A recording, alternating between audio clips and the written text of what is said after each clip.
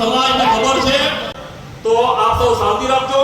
આપનો ખૂબ ખૂબ આભાર। જય આદિવાસી, જય જોહાર। અને હર હંમેશા તમે વિડીયોમાં જોતા હશો કોઈ બી જગ્યાએ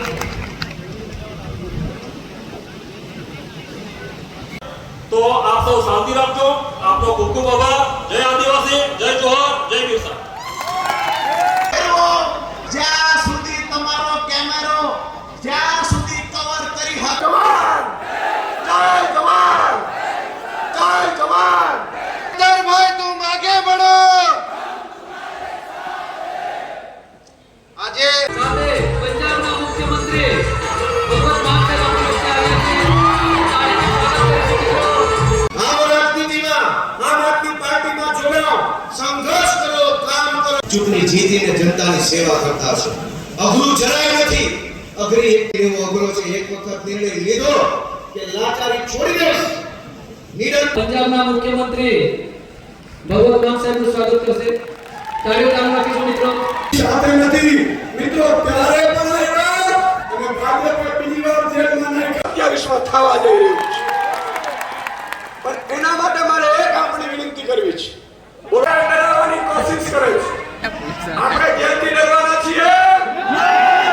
મેસેજ છે કે ગઈકાલે જ્યારે અમે વડોદરા थोड़ा और वॉल्यूम ऊपर उठाइए ताकि आवाज जाए।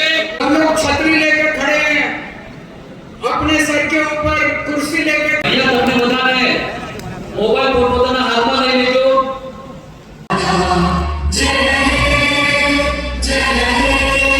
બિલકુલ જે રીતે ભાજપે એવો પ્લાન કર્યો હતો કે ભાઈ ચેતર વસાવા જે મનરેગા યોજનામાં 2,000 કરોડનું કૌભાંડ બહાર પાડ્યું છે, બીજી યોજનાઓમાં પણ આદિવાસી સમાજને જે મળવાપાત્ર યોજનાઓમાં નાણાં હતા એ બધા ભાજપના નેતાઓ ખાઈ ગયા છે।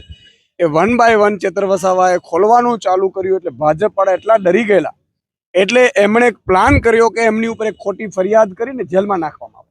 પણ ભાજપને એ ખબર નથી કે ઘરે ઘરે ચેતર વસાવા છે। ઉમરગામથી લઈને અંબાજી સુધી ચેતર વસાવાનો હીરો છે। એટલે માનનીય અરવિંદ કેજરીવાલજીને જે અમે વાત કરી અને ભગવત માન સાહેબને એટલે તુરંત જ એમણે કીધું કે ચેતરભાઈ વસાવાના સમર્થનમાં આમ આદમી પાર્ટી આખી આવશે। અને આજે આપણે જોયું હશે કે જે રીતે આમ આદમી પાર્ટી આખી ચેતર વસાવા એકમાત્ર એવા આદિવાસી નેતા છે કે જેમના સમર્થનમાં આખી પાર્ટી ઉતરી હોય।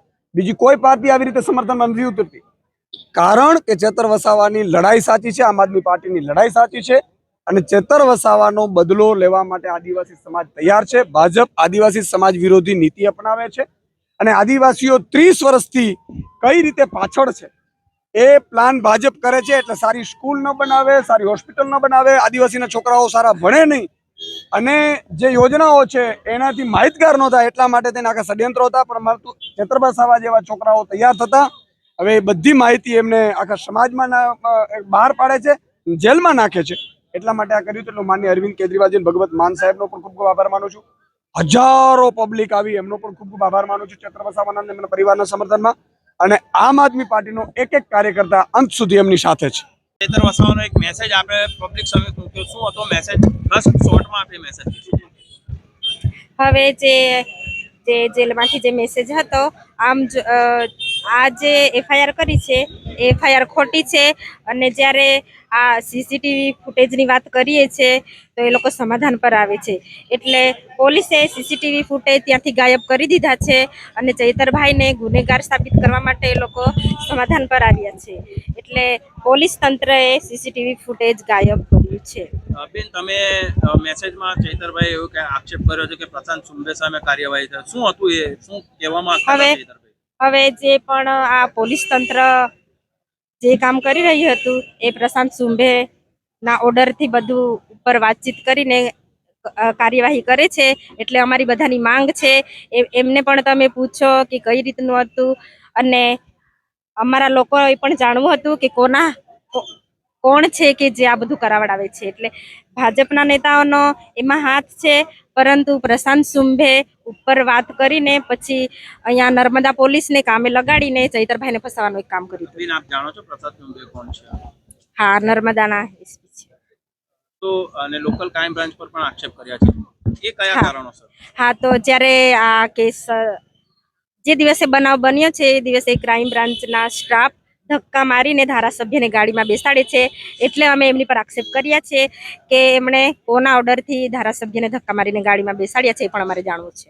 આપે એક મેસેજ વાંચ્યો છે જે ચેતરભાઈનો, એમાં એક મોટો ઘટસ્ફોટ થયો છે કે ચેતરભાઈ સામેથી પોલીસ સ્ટેશન ગયા હતા અને એમને 3 કલાક સુધી બેઠા. એ શું વાત હતી? હા, હવે જ્યારે આ ઘટના બની છે તો ધારાસભ્ય સામેથી એફઆઈઆર લખાવા જાય છે તો એમને 2 થી 3 કલાક એમ જ બેસાડી રાખવામાં આવે છે. કોઈ એફઆઈઆર લખતું નથી અને એ લોકો એમનો પ્રી પ્લાન કરે છે અને પ્રી પ્લાન કરીને બધી પોલીસ બંદોબસ્ત બોલાવી લે છે અને તરત ને તરત એ લોકો રાજપીપળા લઈ જવાની તૈયારીઓ કરે છે. ચેતર વસાવા જે ઘટના બની તે સમયે ભાગી ગયા હતા કે પોલીસ સ્ટેશન પહોંચ્યા હતા? ના, ભાગી નથી ગયા, ડાયરેક્ટ પોલીસ સ્ટેશન જાય છે. અને પોલીસ ત્યાં બેસાડી રાખી છે, એફઆઈઆર લખતી નથી. શું કામ એફઆઈઆર નથી લખતી? કેવી વાત થઈ હતી? ચેતરભાઈ તમને શું કીધું? પોલીસ પ્રી પ્લાન કરતી હોય કે આ કેસમાં એમને કેવી રીતે ફસાવાનું હોય એટલા માટે એમની એફઆઈઆર નથી લખતા અને એ લોકો પ્લાન કરે છે બધો કે એમને આપણે કઈ રીતના ફસાવીએ, એટલે એ લોકો એફઆઈઆર નથી લખતા. આખી વાત તમારી સાથે આ કેવી રીતે થઈ છે? અમારી એક જેલનો કાયદો હોય છે કે વિડીયો મુલાકાતમાં 20 મિનિટની વાત કરવાની હોય છે, એટલે અમારે જે વાત કરવાની હતી તે અમારી વાત થઈ.